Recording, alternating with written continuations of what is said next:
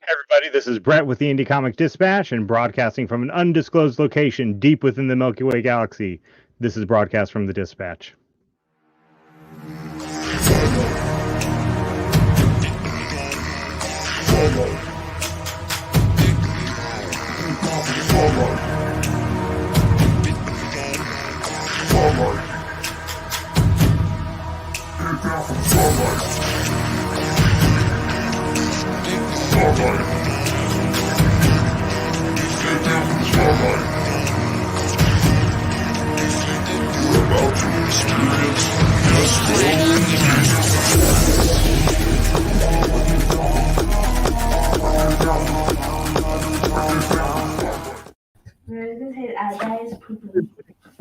What's going on? What's going on? Not much, man. How are you tonight? Doing pretty good. Excited for what's going on tonight. Talking to all the new folks. And it's freshman class of comic creators. You and they're coming out talking. Go ahead, finish. I was just gonna say they're coming out swinging too. Like they are. That's what I was gonna say. You and I were talking earlier about just they have been promoting this show. As far as promo game, this is what we like to see. Exactly. Like we invite you on the show. We of course we're gonna promote it. Yeah, but you have to promote it too, to let your fans and your followers and the people that love what you're doing know, so that they come and watch, so they can see you, so it won't be like when you tell them later, hey, I was on the show, and they're like, I didn't see you on the show. You know, you gotta let them know. You know, it's just I was laid back, like just seeing how each and every one of them were doing their different type of promotions. I had people in their videos and put it on their Instagram, and I'm just like, man, this is dope. Like this is what it's supposed to be. So yeah, exactly. Excitement and just it made me excited. It was awesome. Yeah, made me too. Excited. I was ready to get out of the office. I actually had to go into the office there. I couldn't work from home, so I went into the office and I was like, man, I'm ready to get home. Like I'm seeing stuff on Instagram. I'm like, man, they got me hyped. I'm ready to talk. They got me hyped. You know, so yeah, me too. Me too. I think it's going to be a good night. We literally tonight have people from all over the globe. Yes, we have guests from Europe, from Los Angeles, from I'm on the East Coast. We got New York City. We got people from everywhere. It's pretty fucking awesome. Yeah, you can't go wrong with that. That's just going to show just how big the small press. See, I got you, Catalyst. The small press. Exactly. It's like he said it finally. No, the small press, indie comics world, just to show how much it's growing is everywhere, all over the globe. I think it's like two people on the show tonight, two from UK. So I mean, well, one from UK. I think Germany. Is that the other one? I don't know. He can tell us in a minute. He can tell us. They'll tell us. I want to give E4 Comics a shout out and Great Gallico. I'm probably saying that wrong. Great Galco. Correct me in the comments. They're watching on Instagram right now. If you are watching out there on any of our channels, pop something in the comments. Say hi. We'll give you a shout out to interact with our guests, ask questions, give advice, give answers. Just let us know you're out there watching. All right. And we do have not one, but two exclusive cover reveals tonight. Yes.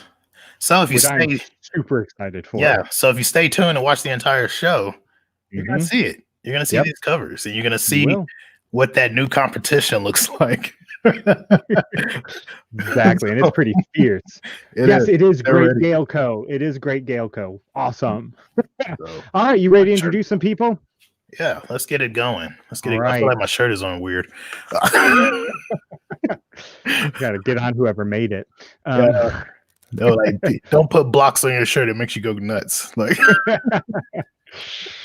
well, from Los Angeles tonight, we have artist C3, founding artist of Third Eye Tribe Entertainment, LLC.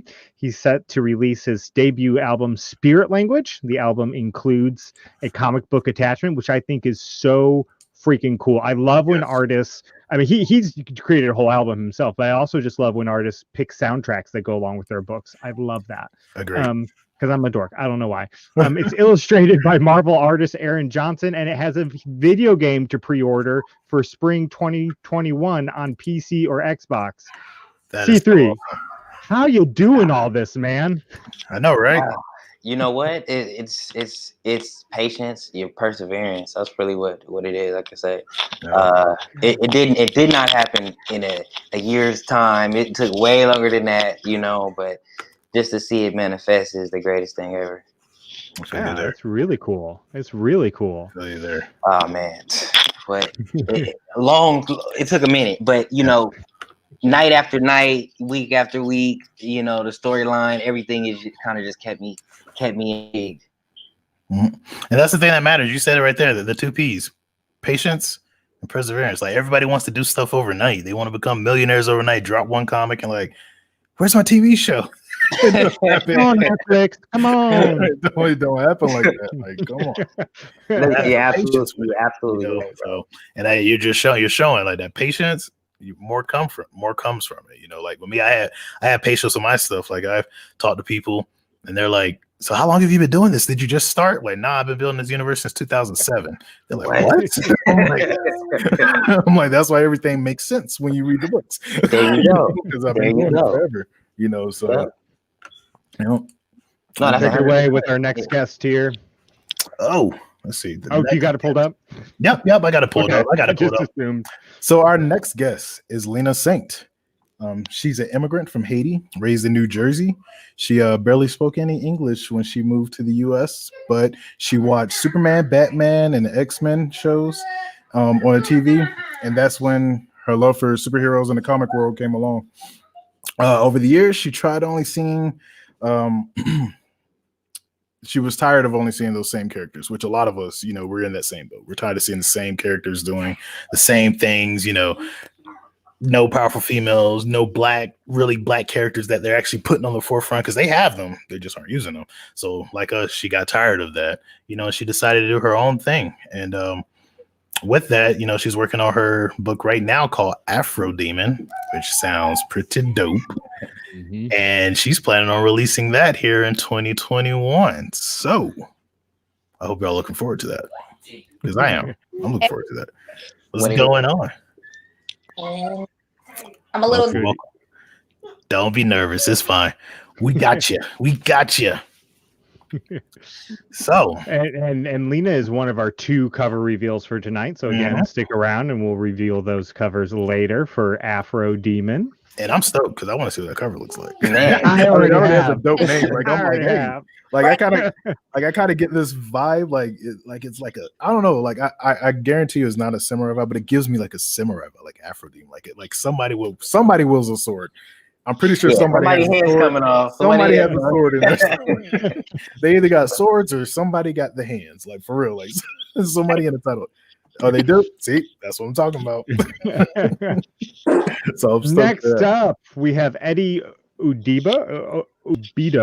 I don't know, Eddie. You'll have to correct me on that. I'm sorry, man. I'm so sorry. And you were right. I was wrong on Eddie on all sorts of level. Eddie is from outside of Liverpool, not Germany. He said all these characters in his stories cooped up in his brain for years now, and he started practicing drawing so that one day he could represent his thoughts down on paper, or in his case, screen. He spent the past 2.5 years illustrating his first graphic novel titled The Birth of Golden Arm, where his most prominent character will be front and center. With the first chapter is coming out this Friday. I've had a sneak peek of the first chapter. It's good. Trust me, you're going to want to grab it.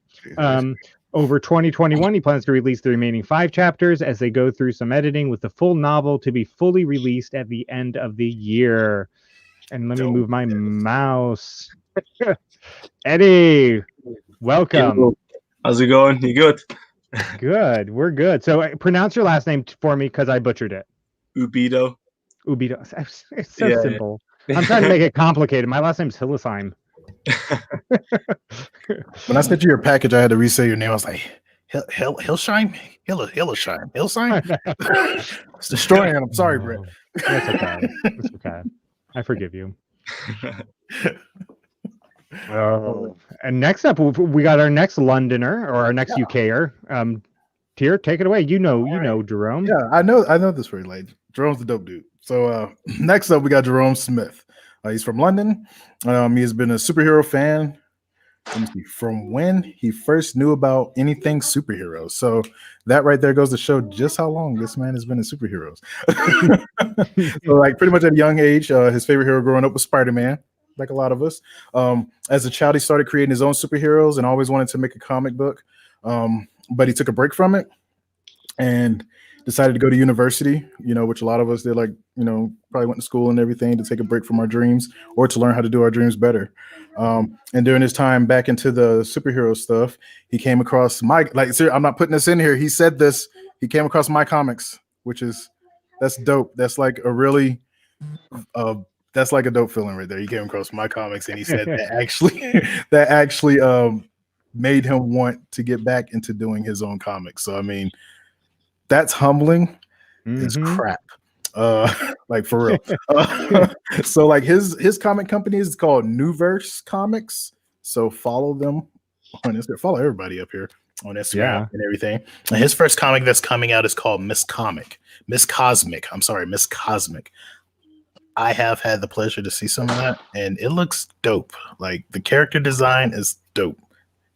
So thank you, man. Like that. When I read that bio, I wasn't expecting. I was like, "What? Like, come on." No problem. So, man, so that's humbling. I'm kind of gonna be quiet for the next 15 minutes. I'm just gonna mute my mic. That's humbling as hell, right there. I'll believe it when I see it. I know, right? I'm probably not. That's humbling as hell. Thank you, man. But all right. Our final guest this evening, I think we have one other guest that we sent an invitation to that I thought was going to be here, but they haven't logged on yet. So if they're watching, they can still log on. We're cool. But our final guest that we have in the queue right now is Maxwell Bristol.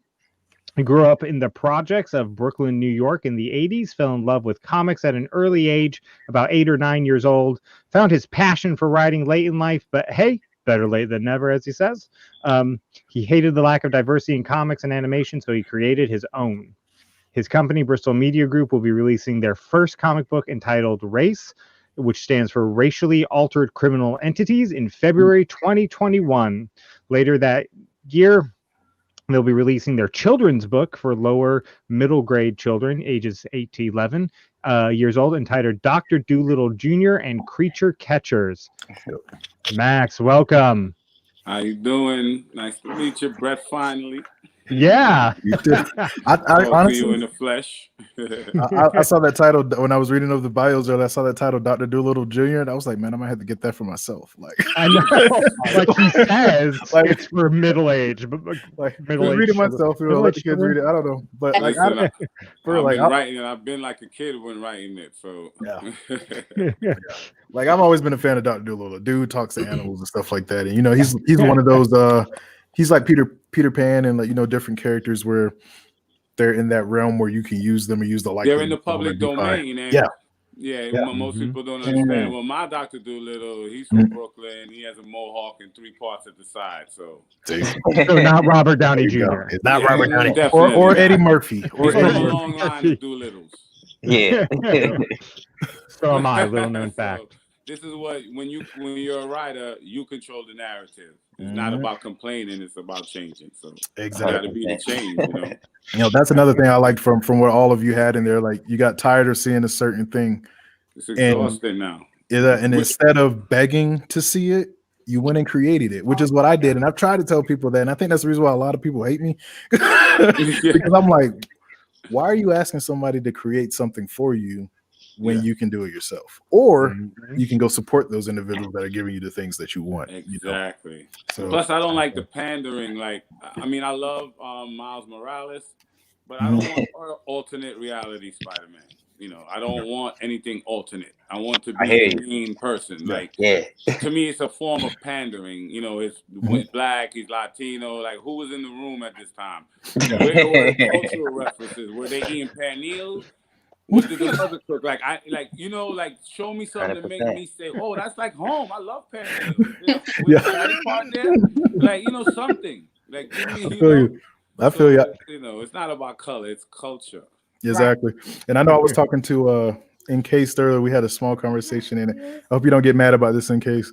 But we were talking about this earlier, and what we were talking about was how they have Miguel, right? From 2099. They could have just used him. Like, why not breathe more life into him? Give him his own book. We had a big conversation on that about how there's Vixen, Black Lightning, got Mr. Terrific, all of Blue Marvel, Bishop's daughter, all of these characters. Like, why not just breathe life into them instead of like, hey, we're gonna give you a Black Captain America? I don't know. Like I said, people hate me because of my thoughts on that. We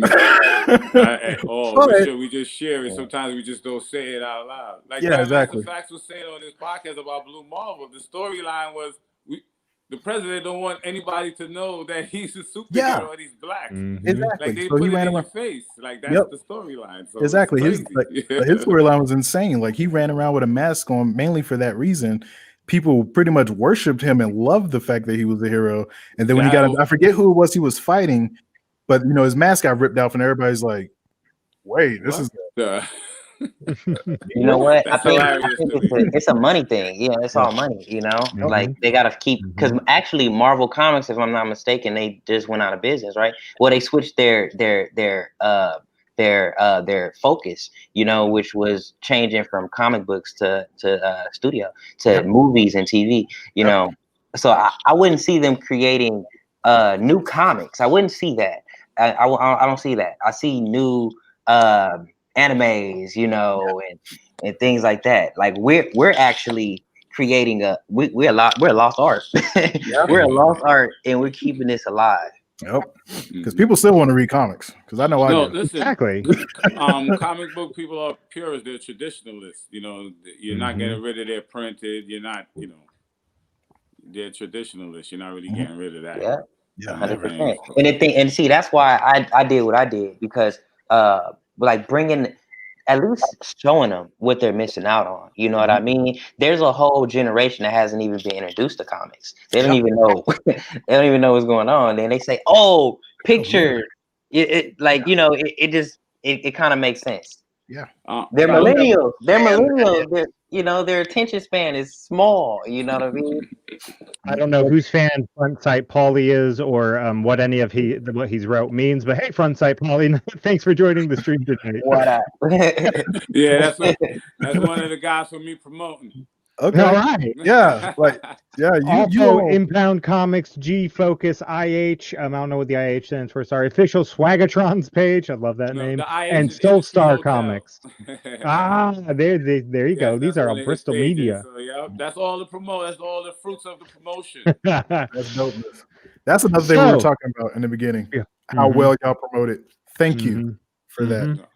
Thank you for that. Y'all making me want to hype up my marketing game. I mean, personally, I need to get my thing out to the world, so I don't know. There we go. Self-serving, but hey, a rising tide raises all boats. Exactly. All right, well, let's get to the meat. So let's talk comics. Have you always been a fan of comics? And if so, what was your first love? We heard a couple of Spider-Mans, I think, already. What else? My first love was Superman. Superman.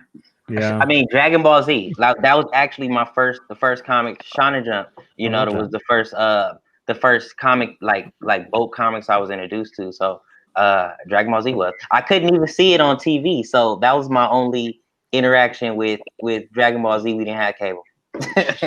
Well, with me, I was into like the Justice League of America sort of thing. So John Stewart was my guy back in the day. I love that. Yeah. Well, for me, it wasn't too much of a comic book store because of the project. We went to the corner store, and they had the spinning racks, and they came heavy. We were really into I had one guy I would complain to him, like, "What's going on, man? It's the same one. You need to." And he's looking at me like, "This is not a comic book store." Well, it is now. It is for me. Wolverine, when he had his first one. I'm older than you guys. I'm talking about 90s. Alpha Flight, when it first came out. That's when they were making the Canadian superheroes. They were banding into Canada. That's why Wolverine was created. Maxwell, we're gonna have to have an age discussion afterwards. It was just amazing. Going home and tracing it. Yeah. And like, oh man, I wish I could draw. And that's what made me abandon it, because I never really got the drawing down pat. But I was always a good speaker and a great storyteller. So I learned how to become a writer. And because of that, I picked it back up because I realized that, listen, man, it's the writer that initiates everything. Like, nothing cannot be born without the story, you know? It's just random pictures without that, you know? Exactly. That's real. Lena, what you got? What was your first love? Mine was Superman, but it used to come WB11. If you guys remember WB11. Oh, yeah. It used to have Batman, Superman, X-Men, Pinky and the Brain, but Animaniacs, all that stuff. Before they went to CW. Yeah. That's when they used to have the dancing frog. What's his name? Yeah. Chicken J Frog. I forget the WB. Yeah. I stayed up and watched my little shows, and then that's when, you know, getting old, I don't like what I'm seeing. I'm seeing too much of the same characters, so I'm like, let me just create my own universe. They maxed out Storm, man. Yeah, no offense. Storm was done to death. She was tokenized. Like, gosh, put her away for a minute. When they do the movies, it's like it's so boring. They give her no powers. It's just her eyes glow up, and then that's it. I'm like, you know, give her a cousin or something. Gosh, like, you just have a family member. Hey, it is like she get exhausted. She just do one power move with the weather, and then she's done. You know, it's like, damn. But I'll say this: nobody was done as wrong as my man Darwin. That's all I'm going to say about that. They totally said to hell with Darwin's power set. Like, if you see X-Men First Class, I was like, this man's whole deal is to survive, and they killed him. Reduced him to nothing. They killed him. Like, what? Movie cliches on that. Jerome, you said your favorite hero growing up was Spider-Man. Do you remember TV show, comics, like which Spider-Man? Clone Wars. I think it was I used to have a Fox Kids. Yeah. So it would show Spider-Man animated series, the X-Men, Fantastic Four, but Spider-Man shined more to me. And I remember perfectly. I asked my mum when I was a little kid, what would happen if I got bitten by a radioactive spider? And she was like, you'd probably get really ill.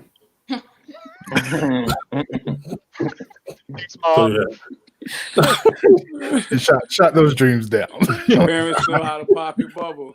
Now go clean the room or something. So you ain't getting powers. My son led me down that line of questioning one day. He's like, "Hey, Dad, does it hurt getting bit by a spider?" I was like, "Well, you know, I mean, it just kind of like it kind of might itch. Like, it depends upon the spider." He's like, "What about a radioactive one?" How old I see where this is going, bro. He's 5. Yeah. 5. That's instant death in real life. I see he's in your office all the time. Yep, he is. He is. So the fun part. I want to learn something about you all's books. So whoever's ready to talk, tell us first. Tell us a little bit about your book. How did the idea come to you? Tell us a little bit about what it's about without spoiling. Like, we don't want spoilers, too many spoilers, because we want folks to actually go and get your book. But tell us a little bit about it that's going to hype the listeners up. So, all right, I guess I'll start. All right, look. So, imagine what happens when the most powerful goddess, the goddess of the wind, takes over the station of reincarnation. So my comic is based around African mythology, but also a unique twist on, let's say, the station where your soul goes when you die. It's being taken over by one deity, and she chooses whatever happens, and it's up to the future to basically call the past to call the future and fix the timeline. Okay. Some time travel stuff. Oh man. I like that. The reason why I like that is because I know I've said it millions of times. I know Britt probably knows forever now. Like, that's my whole universe was built off of time travel. I don't think it can't exist. You can't have a good one without it. Yeah. You need it. The thing is, like, a lot of people mess it up time travel, but if you do it right, a lot of people. Yeah, and like me, I read some books by some smart scientist guys. One of them's name is Michio Kaku, and and I was like, so what's your theory on this? So like I read the theory and I kind of built my universe backwards. So it's like everything's working towards that event. Yeah. And I kind of got my idea because in manga, this manga is like that a lot. Manga tells you, like, you'll get, Naruto, it tells you a full story and then done. Unless they feel like, making money with Boruto, but they tell you the full story, then it's done. And that's kind of how my universe is going to tell you this full story, and then it's because the time travel isn't the most wow effect. It's just part of it. You know what I mean? It's just a piece of it. Yeah, everything that happens between point A and point B, but a lot of people just concentrate on the travel part of it. They don't concentrate on the meat that's in between point A and point B. So that's dope. I'm not the only one doing something with time travel. So C3, I've gotten a copy of your book. It's in my to read pile, which is massive right now. Everybody sent me their book at the end of the year here. But is your book available for others yet? Yeah, you can get it. You can get it on my website, Third Eye Tribe Entertainment.com. Third Eye Tribe ENT. So Third EYE Tribe TRIBE.com, and you can find it there. You get the soundtrack, and you pre-order the video game. Awesome. And see, that's interesting. Yeah, you're blending music into your. That's another thing we have. You know what? That's interesting. I love it. I love this meet we're having because everybody's doing something that they seen that was not being done in the industry, and that was another thing. The video game industry, it's hard not only for music, but we can't get into it, man. Yeah. Like, so this was something I've always been passionate about. Bundle it up and make it happen, and just go from there. That's really cool. That's really cool. cool. Who's next? Anybody or I guess somebody? Oh, never mind. Go ahead, I'll go next. Jump it up. You got to jump out. It's okay. Well, you can follow at Race Comic Book. That's RACE COMICBOOK. And racially altered criminal entities. The write-up I have there, the brief. One thing I like about Instagram, the limited characters forces you to choose your words. Yes. Mm-hmm. So sometimes it's not a blessing. It's not a curse. It's actually a blessing. So I put, welcome to the world of race, where the oppressed gain super abilities. Will they destroy their oppressors, or will a greater threat unite them all? Right? So the premise is, I'll give it to you because, it's in the first issue. Mm-hmm. And it's not nothing big to reveal, but what the cataclysmic is anchored on a cataclysmic event. And this cataclysmic event that happens to the world renders what I would like to say a reaction with melanin. Mm-hmm. So it's not a black thing, it's a color thing. And the reason that it developed over about, I'll say, 8 to 9 years ago is because what's going on in the world, really, right? It's getting to a point where the young black woman and man is basically, at the lowest of the totem pole as far as their treatment in society. So it came to me like, what if that was flipped on its head? What if the very bottom rungs of society all of a sudden overnight determined the whole course of humanity? I think it was Frederick Douglass. It basically say power is not given out without force. No one is going to give up their power willingly. And you have to ask yourself, do you want to become the oppressor and what they've done to you? Or do you want to move on from that? Or do you want to seek revenge? The answer is there is no answer, because everybody will take it the way they see fit. And it kind of made me think of saying money doesn't change you. It just highlights who you are. So, for instance, if I won the lotto and I'm a cheap person, I'm going to seem more cheap because I'm not giving. I have a whole lot of money. If I'm a person who likes to give a lot and I have a lot of money, I'm going to be giving to a lot of charity. from clubbing a lot while I'm broke. Trust me, when I'm rich, I'll be buying the bar.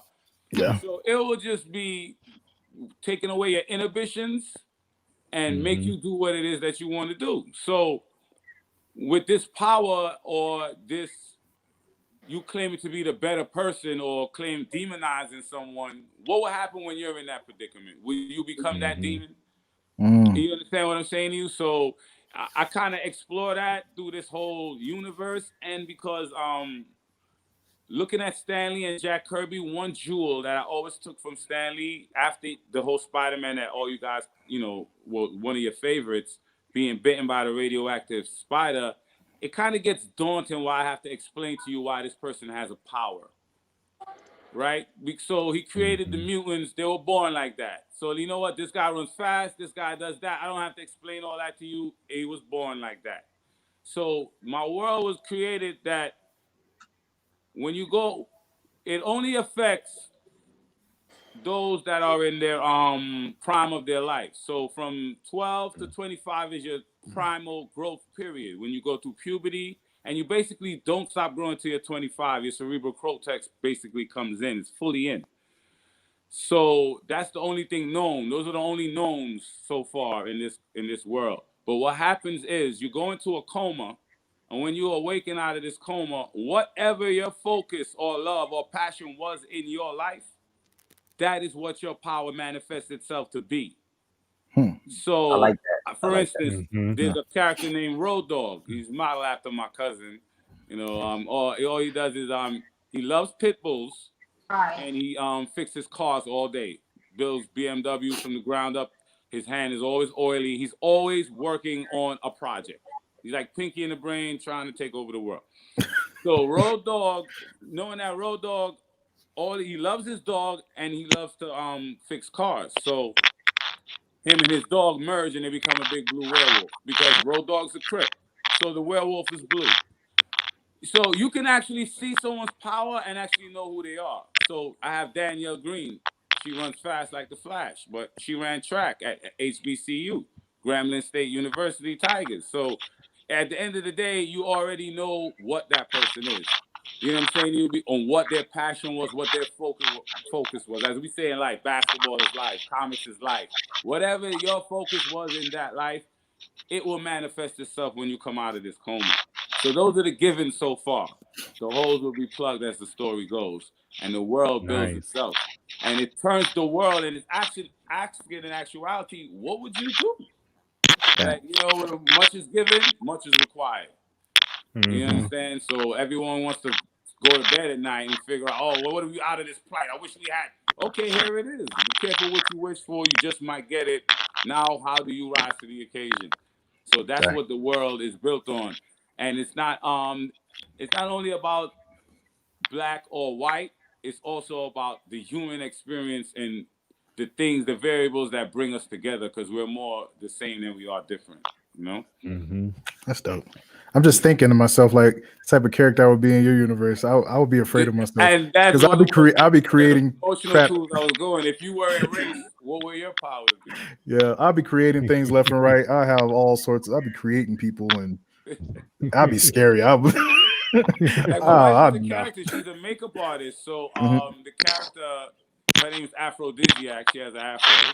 And when she walks into a room, every man sees her as their perfect woman. So she can look like 80 different things to 80 different men. Wow. You know, at the end of the day, because she's a makeup artist, she changes herself. So at the end of the day, whatever her focus was, she does. She could change her body type, her face, and that's what her powers manifested itself as. That's vicious. That's you know, it reminds espionage specialist. Someone's mic is either knocking or has feedback or something. I can hear it too. I don't know if other people can hear it, but just check your mic, make sure it's not rubbing against something.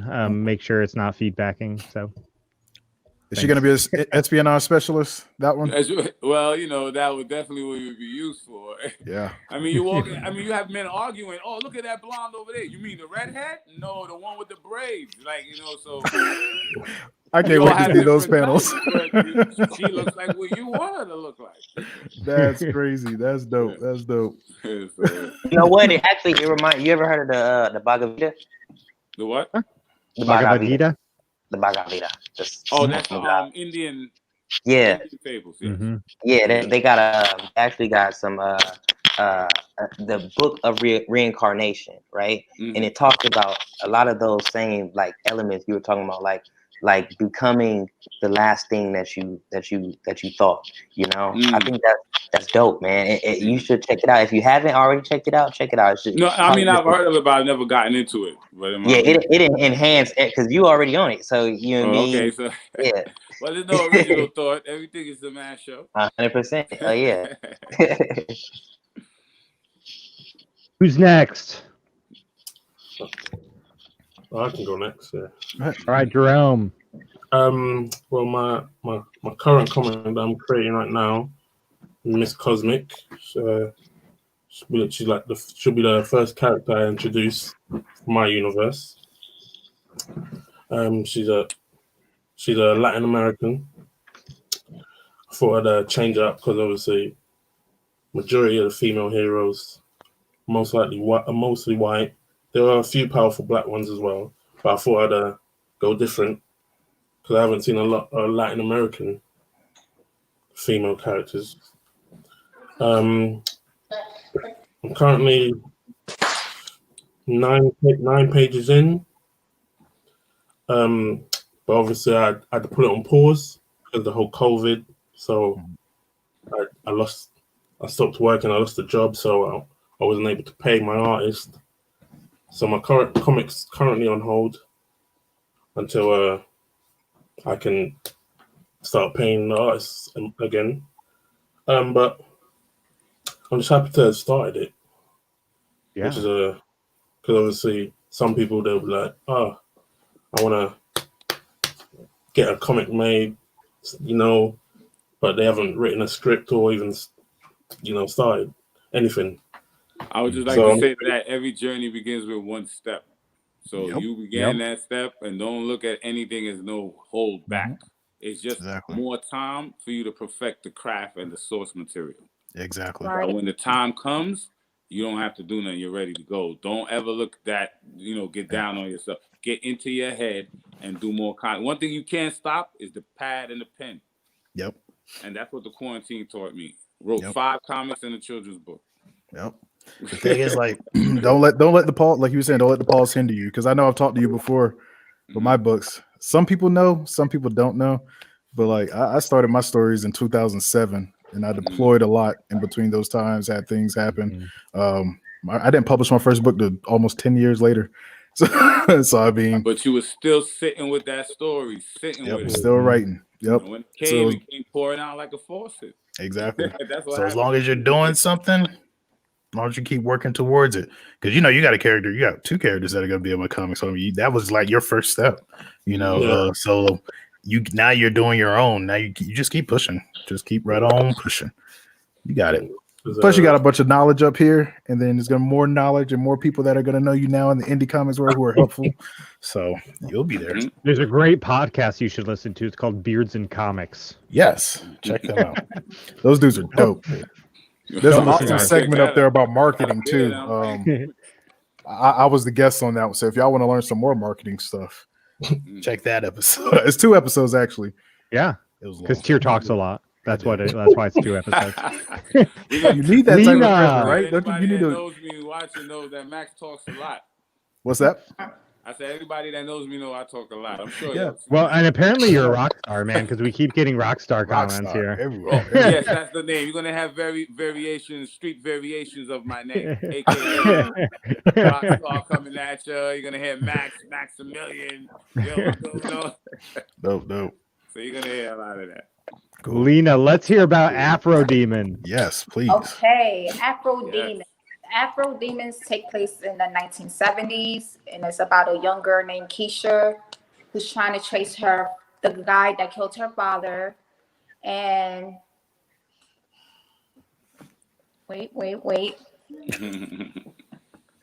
He's trying to trace the guy that killed her father because the villain was trying to have him come under his empire to create a bigger crack epidemic, because at the time, the crack industry was getting big at the time. So and the villain also has powers as well.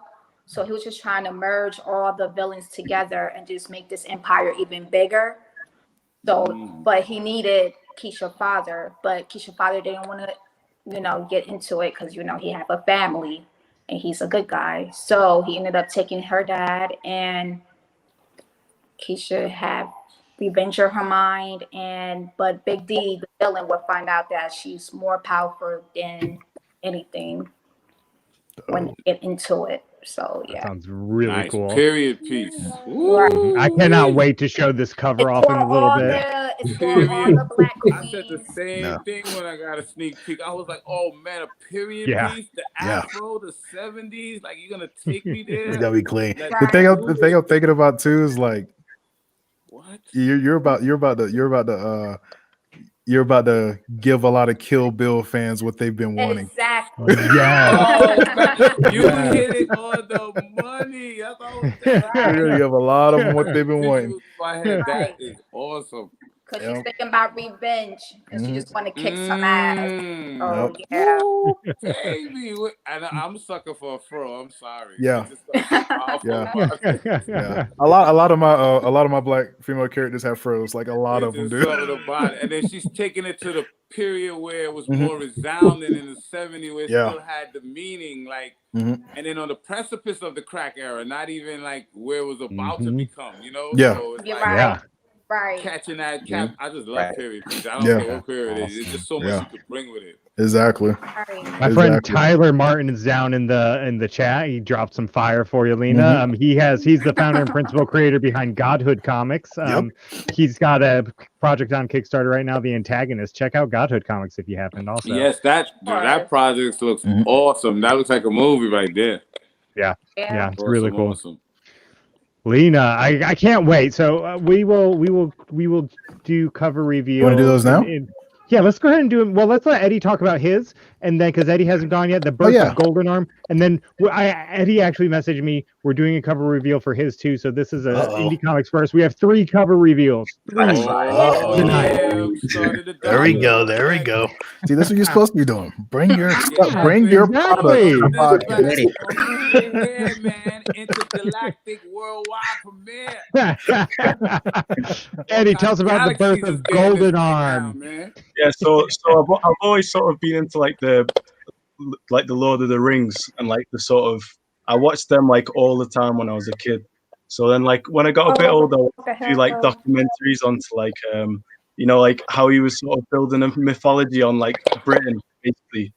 Like, how you have the Norse gods. He was like, we don't have a mythology here, so we'll like, he wanted to write his own one. So like once I was at this like science sort of fiction thing, I got talking to this like astrologist, and he was just telling me about like all the planets in the solar system and all like sort of interesting sort of facts about them, and then it just sort of clicked that I wanted to like sort of build like a mythology around our solar system, whether that's been done before, but like I just wanted to tell my sort of story and what I thought would be here and what would be there.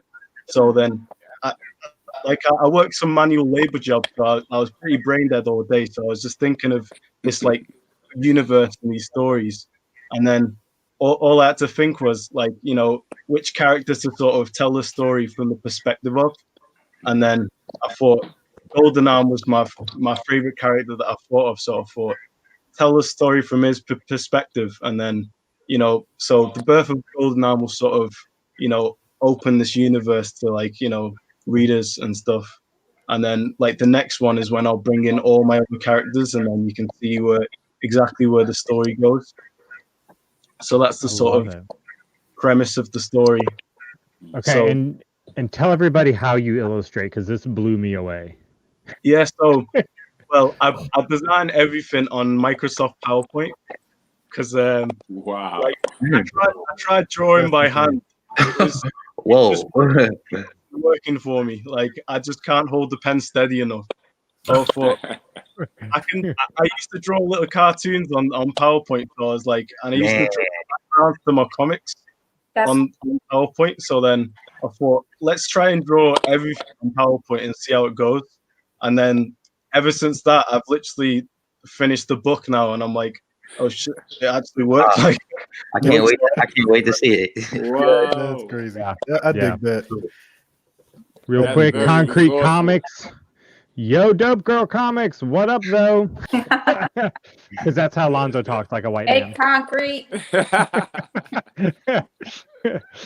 All right, we ready to do some cover reveals? Yes, I want to see these. All right.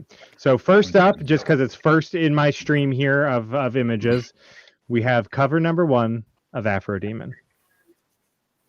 Oh, Isn't that so badass? That's the prototype. Listen, The that prototype. is awesome. It's gonna get more jazzed up. okay. I dig it though. I dig Who that. else? Oh my God. Is anybody reading the new Vampirilla right now? With Vampirilla looks Dope. Oh, that looks extraordinarily awesome. like that. They're Those copying boots. you. They're copying me. I think so. This is dope. Awesome. You're Bro. already setting trends.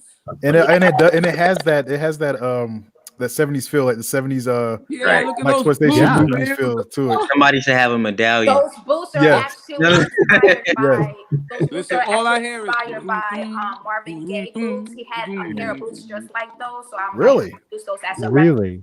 Yeah. That's cool. So I used them as a reference when creating her. So I'm like, yeah, it really means. That's Yeah, that's yeah. cool. And she look like she got hands too. I can see her like Yeah, Yeah, she's like- got she hands. like she got hands, like she quick.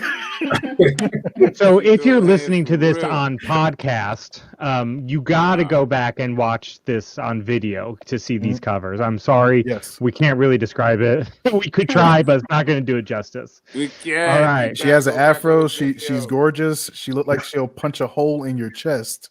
Black Jesus is behind her. Right. Facts. That's what it looked like with Yes. those thing open. Hey, he Yeah. about to Also, with the Isaac Hayes. Greer. With the Isaac Hayes. She was inspired by Pam Grier, you were saying? Yes. Okay. Yeah, okay. Ooh, love me some. All right. Okay.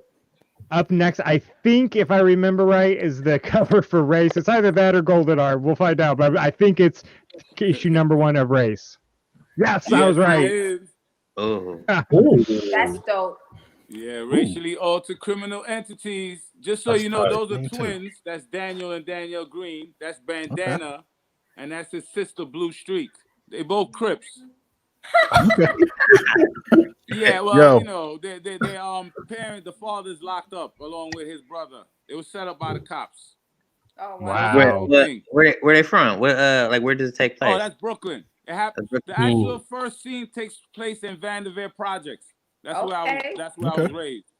That's So I write awesome. what I know. See, The whole, I love that. Yeah. First thing goes down there. I love that. See, that's like one of my favorite things when it comes to us indie creators is like, I mean, well, Stanley used to do it too a lot. You know, he used New York a lot because he grew up in New York. Yeah, that was his hometown. Yeah. Mhm. Yeah. So like for me, like I used I used to go to A&T. So one of my characters in Stars, well, 2 of them, they graduated from North Carolina A&T.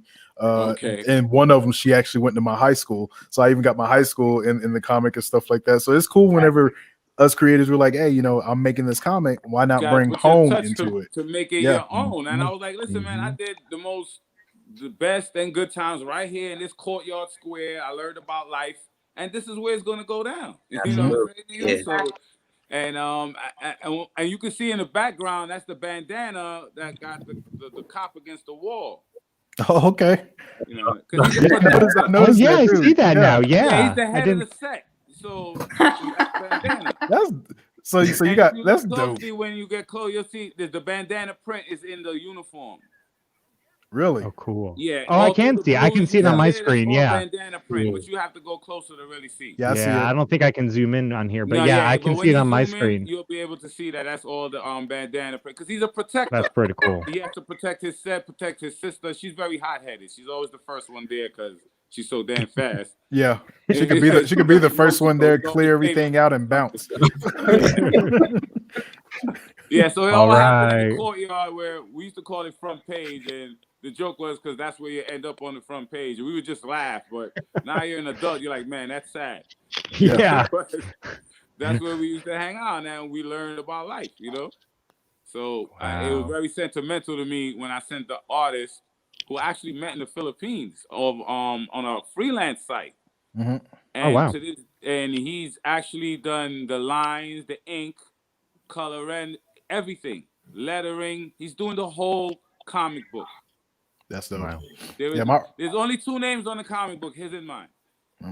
Nice. So, and I just, not because, I've thought someone, because he's just that great. I just want the world to know who he is. It's at Debuhista, Debuhista. He's not online so much, but this guy is amazing.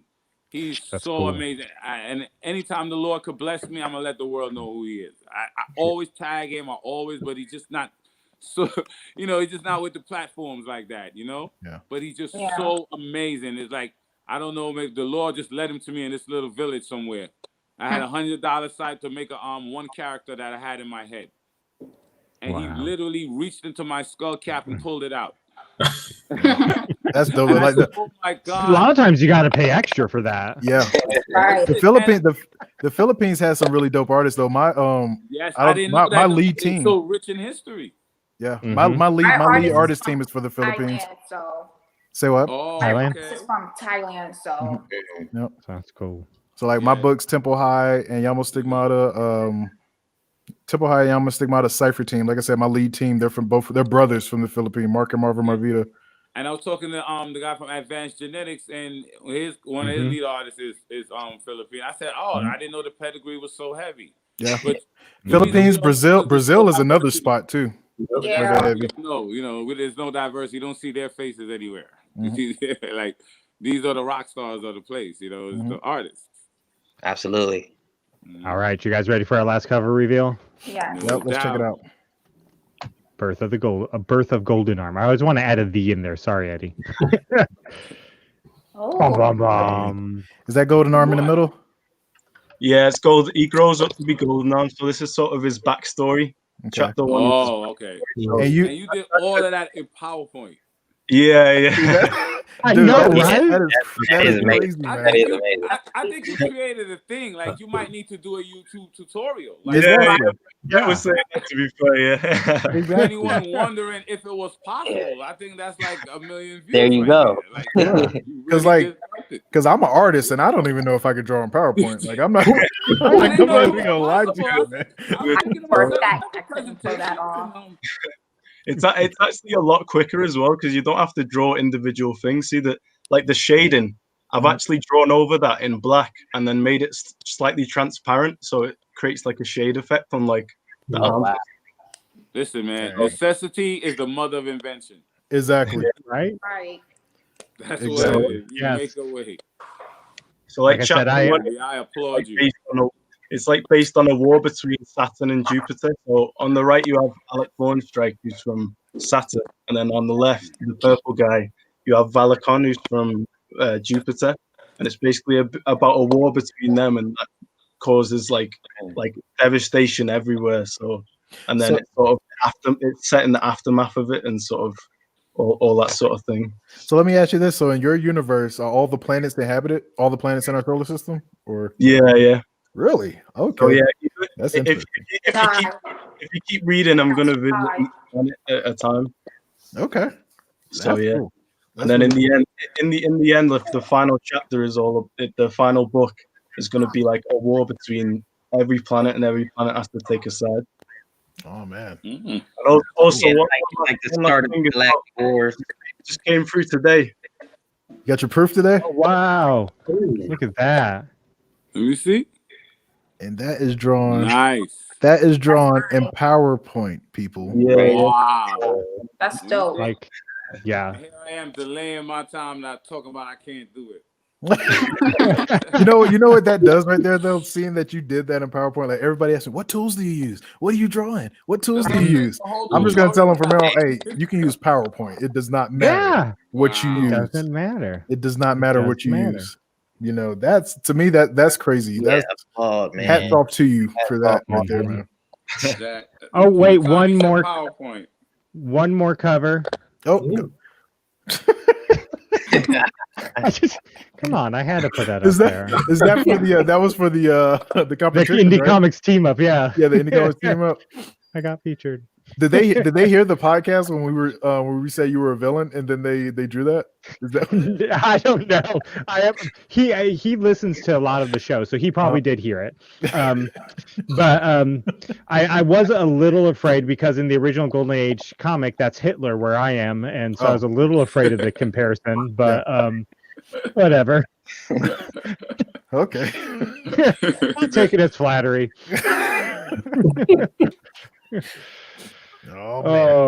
So that's the covers we got, guys. That's some really I'm excited. Cool covers. I'm I'm excited. excited. Oh, I got another announcement. Okay. Someone in the Dope Girls Facebook chat Comics saying gonna I team need up. copies. And Coming we're gonna do our soon. Kickstarter. Since we're first-time comic creators, and we want to deliver the best content for the people, the best rewards packages we can, and we got 2 awesome stories, so we're gonna release it, do some cross-marketing, collaboration, encourage more of that in the new year amongst independent creators, and since we're the first freshman class, try to take the world by storm together, have 2 good works and go out there and do our thing. So I will probably shoot for maybe February, March. We'll see how it is once we get all our rewards together and our strategy together. Right. And then we'll start and we'll release it to the world. I like to give. I'm a fanboy and I like to release my my Kickstarter packages. I love unboxing them. So I want to give somebody that feeling too when they open their box and they're excited to see it. You know, different works, a period piece. A whole superhero piece, so it's like they're getting something good for their money. So look out for that, people. 2021, it's gonna be an epic year.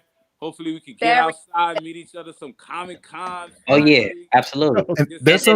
And I actually got a tour that we're starting called Anime and Hip Hop, where we're merging the 2 together, and we're gonna do a virtual and in pop-up shops at like comic book stores, things like that, and it's going to be hosted by one of the biggest blogs in the world called undergroundhiphopblog.com. So if you guys want to be a part of it, let me know. No, seriously, like it was dope meeting all of you guys. But we doing it. We got New Jersey right now. We got New York. We got California. So I would love to expand, you guys. So just let me know. Yeah. One thing I want to say, you said something that was really, really awesome, I think, and where you said how y'all are the freshman class. So I think I already talked to Britt. I was saying we need to do this more, not more often, but at least once a year to bring in the new freshman class. But like you were saying, y'all do need to keep in contact. Now y'all know each other, share each other's social media, keep in contact, check on each other, help each other. Because that's going to be needed, because I know when I started. Man, hit me up. Now you got a network, you got a support group, you got some fanboys and fangirls over here. And that's what we're supposed to be. You know what I'm saying? Like he said, we the freshman class. We coming in here. And I told Brett before I spoke to Brotherhood, it was Brother Man Comics. Yep. And he had the thing that came out in '89. I reached out to him because he was Arsenio back in the days, and that was such a big show in our culture. And I was like, I really respect you. I'm standing on your shoulders right now trying to do something. And he was like, man, I hope you're an inspiration to those behind you. I'm like, man, those behind me? Nah, there is no one behind me. But I had to stop and look at myself and say, yo, there's somebody watching me. Yeah. You know what I'm saying? So, that freshman class idea is very good. Every year you usher in him and give everybody, And if you don't know the story of Brother need. Man Comics and the Sims Brothers, you need to, right after this ends, finish watching the show, but go read about Brother Man Comics. Really, the golden era. Google it on YouTube. Watch the story of why you're here right now. Okay. And if you have a Brother Man number 11, it's the only one I'm missing, and hit me up because I'll buy it from you. And them things will be worth money. Like I said, my Kickstarter comic books, those are lotto tickets. Yep. One day when you guys make it, I'm like, hey, here it goes. Tyr right here, signed right here. And I can say I was here. That's how it has to be. Because I'll tell you this right quick. Like, I know when I started, I really didn't have that circle. Like it was a lot of scrambling and scratching and trying to figure things out. That's the reason why folks come to me with questions about dialogue and building characters and who to print through and all this other stuff. I'm like, here you go. This is what I do. Here's the information. I'm so quick to pass it because I didn't have that group starting off. So I mean, y'all do now. Y'all got that group. You gotta utilize it. Utilize it. Ask questions. Even me. Come to me and ask questions. I'm definitely gonna be hitting you up and all you guys that went to 2 to 3 Kickstarters, so we can learn how the thing goes. You know, a wise man don't learn from his own mistakes; he learns from those of others. So, that's what we got to think. It's funny you said that because while I was learning, that's what I was looking at. What other people were mistakes. That's the best way to learn. Like, oh man, the mistakes other people were making. I'm like, oh, not gonna do that. That's exactly what I'm doing now. Yeah. You don't want to bite off more than you can chew. You don't want to have expectations and get your feelings hurt. You want to go for 40,000 on your first run, and you don't, and you don't know nobody. You know, so it's like all these intricacies you got to get worked out. Mark and Dees on Instagram said you all should have a WhatsApp group. Well, Mark and Dees, Discord may be coming. Actually, a Discord group that connected to a certain new endeavor in the new year. So stay tuned. Something to look into. The thing about WhatsApp, big files can be sent. That's something about WhatsApp. A lot of the artists and creators I deal with, I say, if you could get on here, it'll help me a lot because it's direct big files, like on instantaneous. So that's a very cool feature about it. So while we're talking about the people that are going to come after you, because we call you the freshman class, whether you consider yourself that or not is now the proclamation of Brett and Tyr. So deal with it. I dubbed thee. Hey, not for nothing, I kind of said it. What is a piece of advice you would give to somebody out there who's watching this, listening to this, however they come across this, and thinking, man, maybe I'll start a that's a dog. At first, I thought somebody was getting beat. Maybe I will start a comic book. Maybe I'll do that. What advice would you give? I would tell them, take your time and don't let anyone rush your craft because that's not their story to tell, it's yours. And also, make sure you write your plans and your goals for that project and where you want to take it. That's what I would tell them. That's good advice. Very good advice. Very, very good advice. A lot of people have that. A lot of people want to be flash when it comes to stuff. Like we were saying earlier, like unless like I can see if you're already working in that, like if you're already in movies and things of that sort, and you decide to create a comic, and you're like, okay, we're gonna make a movie because you already have your foot in the door and you know how to do it. Then then it makes sense. But if not, like I've seen people quit because they make one comic, it comes out, they didn't market it or they didn't push their branding, and then they're like, "Oh, I didn't make $1 million, I quit." It's like, what? I'm like, that's not how that works. No one. No, I really would end it for the wrong reason. You do it exactly, and then success follows. So if you're going for the success, then most likely you have to be passionate about it. Yeah, or you're gonna get tripped up along the way because no one has to tell me to stay up till 3 a.m. and write a story. I don't care. I'm going to get a large coffee and go straight to work. No one sees that, though. When the thing comes out, it comes out, and everybody's like, hey, but that's what you didn't see because I had to carve out that time to do that, And you know what? Let me just to piggyback off that. It took a minute for me to, it was a comic. It started off with the soundtrack, and then the soundtrack turned into the comic. And really? I did not want to put out anything mediocre. You know what I mean? And it was just a blessing that Aaron Johnson walked into one of my shows and was like, "Hey, I write for Marvel. I would love to work with you." You know what I mean? And and he ended up one of my greatest friends today. So it was like destiny. That's cool. JG the Traveler on Instagram says rushing is never good, and you do it because you love it. Right. So you agree with everything. Like you were saying about making it the best you can be. Like I started trying to draw by hand, and I must have started the comic over 3 times. And I got like 20 pages, and I was like, nah, this ain't it. And I just got rid of it, tried again. And then, if you don't stick to it and make sure it's the best you can be, then it's not going to be something you can look back and be proud of. Right. That's a great quote. Says people resonate when your heart is in it. Exactly. You're right about that. That's the reason why I started doing lives. Like I was so afraid to do lives, but I noticed when I started doing them, and started telling people about the universe and started telling people about the characters and how I got to the universe and about Cypher Team and Stars and Temple High and all. And they're like, you got all that and you never got up here to talk to anybody. And I just, and I just noticed that people started liking that. People started gravitating more to everything because they saw how much I loved it.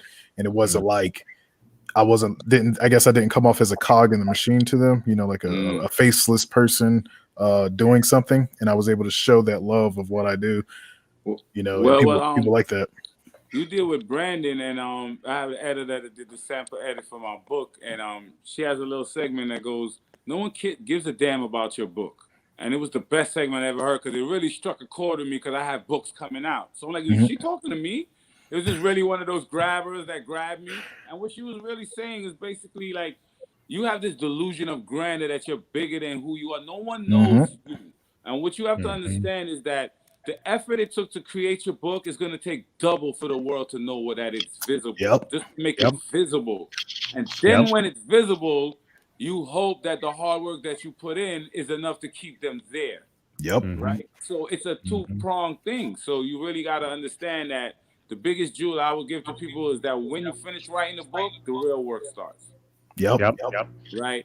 The real work starts. You're going to understand that no one cares about your book. And I say it in the most loving manner. No one cares about your book. And one thing she also said is that you're selling yourself as a brand. It's not about your character. I don't care what it is that you're selling. People have to have an emotional connection to the brand ambassador and the sole creator of what that is.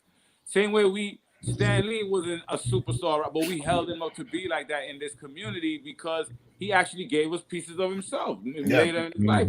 And you could tell he loved what he did. And that made us love it more because he was at 80, but still a fanboy at 5 when he looked at Spider-Man's face in the movie. Like you've seen it. Like I could see it. Like, oh, I'm standing face to face with my creation.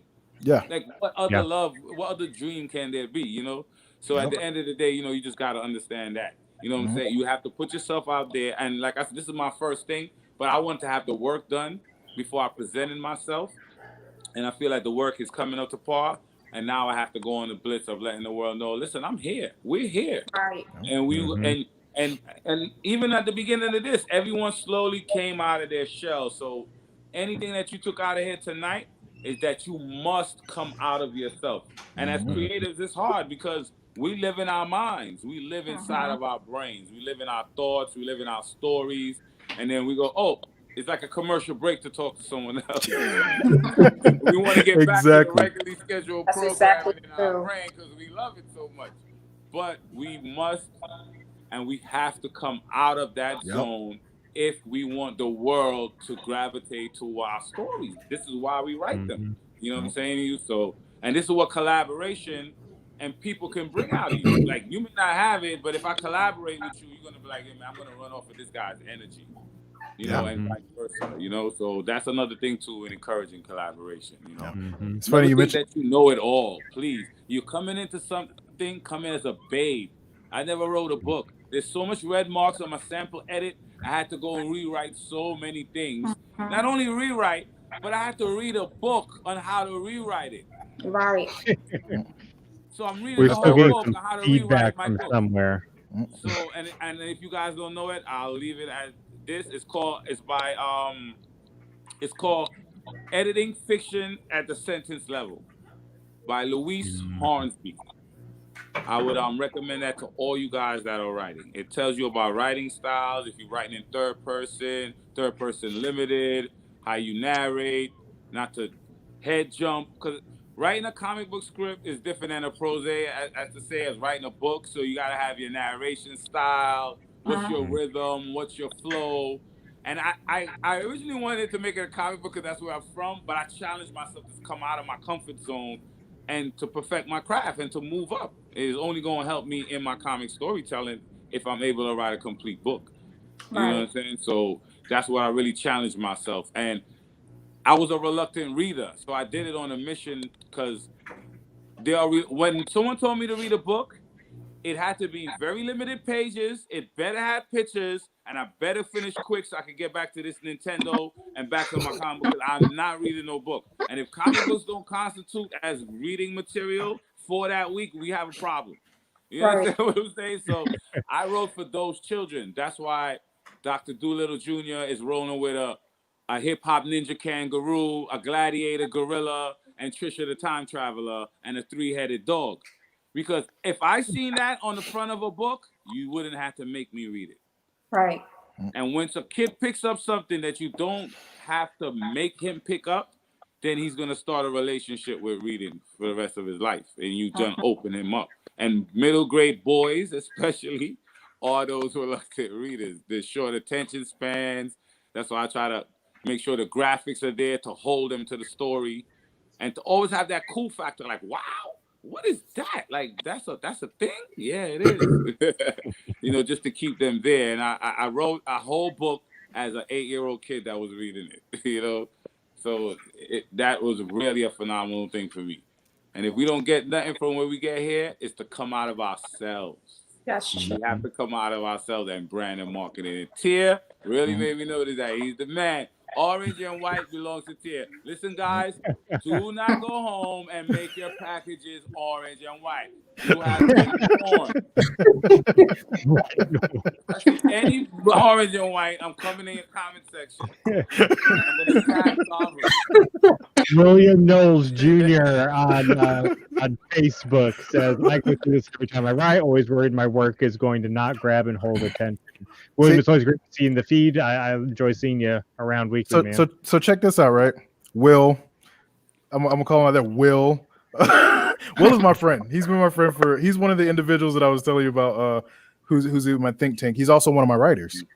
Oh, cool. You have friends? Cool. I do have friends. Other than you, I do have friends. But Will, he tells me that all the time, and this dude is an amazing writer. If you could bring that back up, like the thing, this logo that you see right here for Omen, that's a logo I designed that's coming out in Sovereign Black. He's writing the story for that. Oh, that's offshoot of your brand. Sovereign Black? So Sovereign Black. Think of Sovereign Black as like if DC's Vertigo or Marvel Knights. That's what Sovereign Black is going to be. Okay, nice. So it's going to be my darker stories and stuff like that. He's writing for that. He's writing for the character in Temple High, Chi is his character. The one who flew by said Ambrosia, that's his character. So you got writer rooms and stuff, like you'll get to throw ideas. Like, it's getting me really. Yeah, exactly. So I do have a group of friends that I started off gaming with in City of Heroes, and those friends actually stayed friends. And I told them, I was like, when City of Heroes was canceled, and that was one of the times. I was already creating the comics, but then I was like, do you all want to bring your characters into my universe? And they were like, hell yeah. So I just started bringing the characters in. So, but yeah, Will, he's one of the big writers. He's writing Stop, Omen. Stop is coming out next year. Like the only thing I can say about that is just imagine a team of Iron Men. Oh wow! That work for the military. They work for the government. 2021 is going to be epic. So it's dope. We also have another a kid title where him, and my friend Eric are working on called Small Time, and it's about his brother and his sister who pretty much figure out how to shrink themselves into this super micro universe. But more secrets start coming out from there, and they start finding out who they really are. So there's a lot of stuff coming, and he's one of the helpers in that, one of the creators in that. So you're gonna start seeing his names on some of the books. So to be saying Knowles on some of these books and not just Jackson. So yeah, that's the famous line. That's the famous line said by his character Chi-Chi in Temple High as she flew by with a soda machine over her head. She was taking it back to the dorm room. Remember that. To share what's being cooked up. All-Star Comics, we can't wait to see what you got cooking up, man. All right, Eddie, what advice would you give? I'll probably just say just keep trying new things. Don't get stuck. Like if you believe in your idea, stick to it. But like for example, like I was trying to make Golden Arm like a novel at first, and I was writing it, and I was I was just like, I need to see something. So like, I tried to make a cartoon, and then that wasn't it. And then I thought, you know what, like comics is a bit more achievable than an animation, so I went for that. So yeah, just if you believe in your ideas, then you can just make sure you materialize them, because all of us could have kept our ideas in our heads and then no one would have known about them. Like, even if there's that one guy who, oh yeah, I love your ideas, but like, you should always work for that one guy and make sure they're getting like, your complete self. Yep, and that's great great advice, because there are a lot of people who are like, oh, no one's gonna like this, so they never do it. Right. But you don't know what people are gonna like. Even if that one guy is your mother rooting you on, make that book for your mom. Like seriously, because you never know who else will like that book too. Yeah, I used to make rap music, and like I'd play it for my mom, and my mom would be like, "Yeah, this is brilliant." I'd be like, "Yeah, I made that." If no one else listens to it, yeah, I'm good. Yeah, exactly. Jerome, what you got for us? I'd say if you got an idea, just like expand on it, and until it's like something better. And because a few years you might be like, oh, I could have continued my idea back then, but I didn't bother, so you'd be regretting it. Like me, I made my characters years back when I was younger. Then I stopped. I got a whole folder right here. So, oh, wow. Yeah. That's a universe right there. Yep. Yeah. And that's a universe right there. I stopped because I was focusing on school and stuff. And then like recently, like last year, I was like, you know what? Look at all these characters I drew and ideas. I don't want to just like throw them away. And Right. like, yeah. So I was like, I'm going to continue. And then obviously I came across Ty, and I've watched his lives, and he'd explain his universe. Like, he's been doing it from like 07. Like, Ross, what am I doing? Who you be touching sometimes? Yeah. And yeah, I'm happy. The characters in that folder must have been screaming at you, like, "What are you doing, man? Open yeah, yeah, pretty much. Open this folder now." Let me tell you, man, worse than regret. Ask any old man. Mm-hmm. Well, and time and time again, when I ask creators advice, they say, just do it. Just do it. Like, do it. Somebody out there will read it. Just do it. Like, yeah. Because this is the thing. Because a lot of people feel that they'll only make it if they have millions of fans. Like literally, you can make it if you have 1,000. Like if you have 10 fans who are willing to buy your stuff every time you drop it, that's good enough. What you're doing it for. That's what you're doing it for. And it's going to multiply. Yep, it's going to multiply because somebody's going to see it and they're going to be like, "What are you reading?" "Oh, this is my favorite comic book creator. Bristol Media Comics. New Verse Comics, Dope Girls Comics. C3. This Birth of a Golden Arm." They're going to see that and they're going to be like, "Oh, where'd you get that?" Website, bam, is in the back of the book. That's another thing too with branding. Put your stuff everywhere. In your books, on your page, like wherever you can slip everywhere. So if someone says, "Where can I buy it?" When you're on a live stream, like just put your logo places. Exactly. See, his logo's back there. Logo's right here. The naming is in here right now. Yep. That's what you have to do. That's what you got to do. You got to put it everywhere and keep going. Just keep going. And like I said, if you have one fan, and if that fan's a true fan and they're honestly supporting everything you come out with, that's enough, because it's going to grow from there. Just keep making that one person, those 10 people. Even if you come out and you got 1,000 because you knew a lot of people, and there's 1,000 people support you, make those 1,000 happy, and that 1,000 will grow into 10,000 and grow into 100,000 and so on and so forth. So, C3, have you given a piece of advice yet? No, but I was actually just thinking about basically what I would say to him is make material for people who are like you. You know what I mean? Like, don't worry about whether it's going to come across to someone else, but make it to the, suitable for people that like things that you like. It takes a lot of pressure off of you. Yeah. I couldn't agree with that. True. More. trying to please the world. And you can tell when a creator is writing something that they love and they're passionate about versus they're trying to say something that is just the hot topic of that time. Yeah. Yes. You can tell. You can see it because things fall short. Dialogue does. I'm a stickler on dialogue. So if y'all need dialogue help, please ask, because I will slaughter a comic review if the dialogue sucks. Like dead serious. Well, and nothing greater than banter. The right banter exactly. Really up a fan.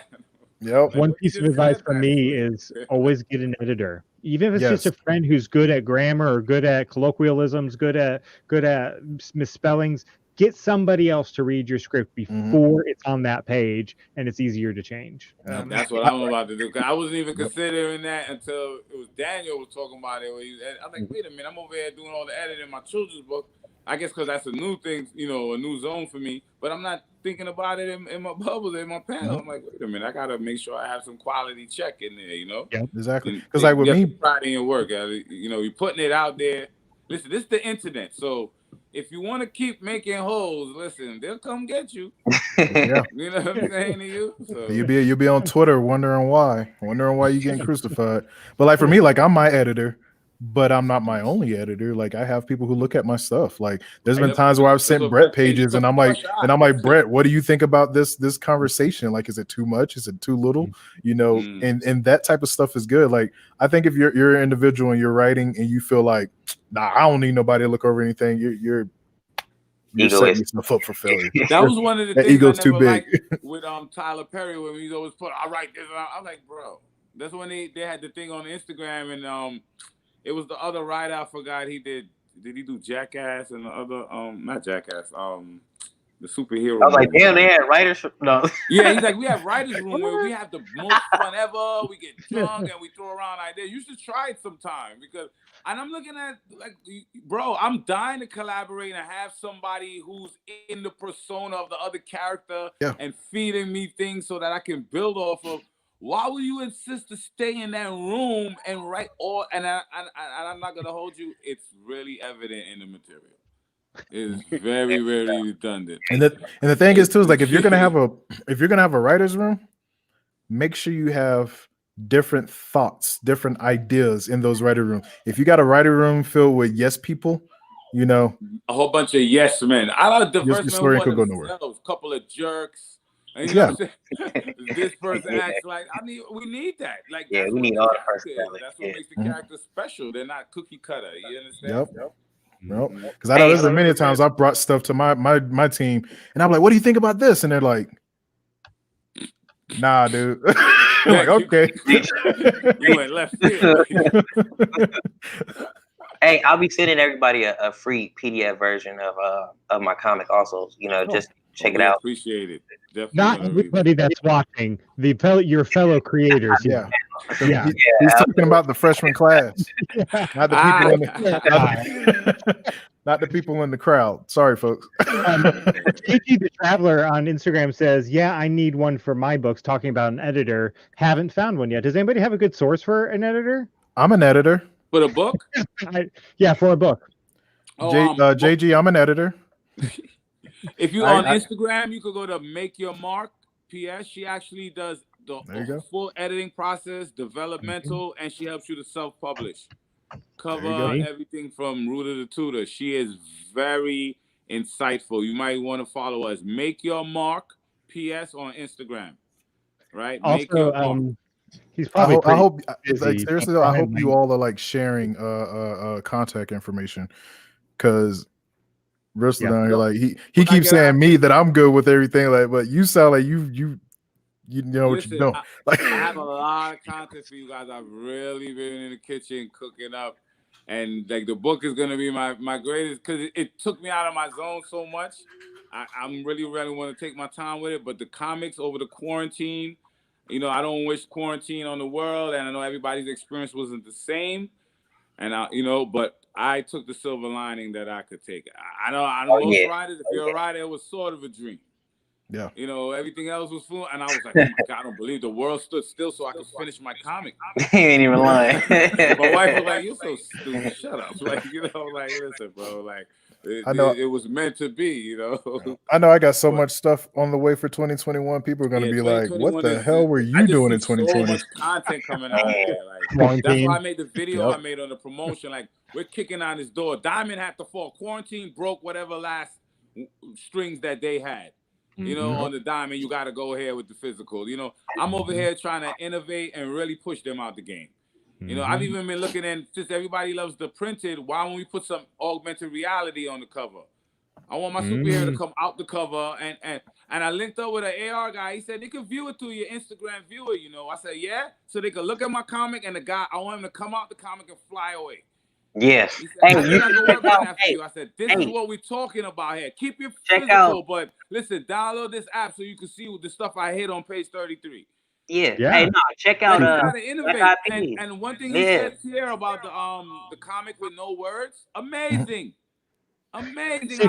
I'm such an artist fan, but you know what, Tyr? I would have to write more comic script for no dialogue. It would have to be a movie because I would have to sit down there and express the whole facial expression and the tone and the hit. I would have to coordinate the fight scenes. It would be a movie without no words. You'd have to put more work in it. I sat down there and contemplated, but it would be epic. Yep. And we need to innovate and do things like that. You should check out and show these people that we're not playing. You should check out Black Eyed Peas, man. They actually did something. Yes, similar. he did do that. That's where when I in my due diligence, I came across that, but he kind of abandoned it. He was just a rapper meddling in the field. We are in the field. Yeah, 100%. Yeah, so I agree if with we apply it, we'll apply it. I mean, to the characters that Sobers has, that all of these create. Forget about it. You understand? Guys, we are losing our UK guests, which means because it's late for them. Yeah, I really appreciate them getting on though. Like I know they were. Like, thank you, Eddie. Thank you, Jerome, for sticking with us. We only have one more show left in 2020. It's next week. We are talking about dialogue, writing good dialogue. Speaking of a lot about dialogue. Oh yeah. So I'm not sure if this counts as my first comic book appearance or if the previous one. I want to know what Earth is that. What Earth are we on in there? What Earth did you land on? Earth 313, I think. Yellow. Let's do away with numbers. Let's do colors. There you go. Earth blue. Earth blue. Earth blue. There we go. Now I think that's Earth fuchsia. Earth fuchsia. If you're out there listening to that word, don't mind me. and you want to go back and listen to the great advice that was given here, all the good stuff that's going on, listen to it on our podcast. You can find the podcast on any major podcasting platform, and it helps us if you comment, if you like, if you rate, if you subscribe on podcasting platforms. We have about 3 dedicated listeners right now, so we're always looking for more. It's me, Tyr, and Mike. Alina, I would like to say and Catalyst Comics. This is a male-dominated world, and you're a female in here, creator. Yes. You don't have a lot of those. We appreciate you in this little boys club over here. Speaking of. Yeah, go ahead, Tyr. Lena, you are our first female guest. Oh my God! The first one we've invited, but they didn't come. It's you're our first one. They probably weren't nervous like me. They're like, oh my God, no. Filters, no. You marked ICD history. ICD history. And you held your own, and your material is amazing, and hopefully it'll inspire the rest of them to come out. There's a bunch of little girls that want to do their thing too, you know, like doing it they're for looking, and now it's about Lena and Afro Demon, like she's kicking ass in platforms, bro. Like, come on, I can't wait for that comic, tough, bro. I can't wait for that comic. I'm excited, B. Here are those covers one more time. Yes. Yeah, yo, I love this Afro Demon cover, and you know what I'm really excited of? The genres. Not just the regular, like Lost Children of the Andromeda, all of these different. I love the genres. Like, because I was a guy who was raised on the Twilight Zone. Those little short stories with his cigar and that's what a writer rock star was to me. There's a man, and he's over there puffing that cigar, and he was the coolest thing I've ever seen. Was the Twilight. Rod Sterling was really the man. He's the essence of what I wanted to be as a writer, like a rock star.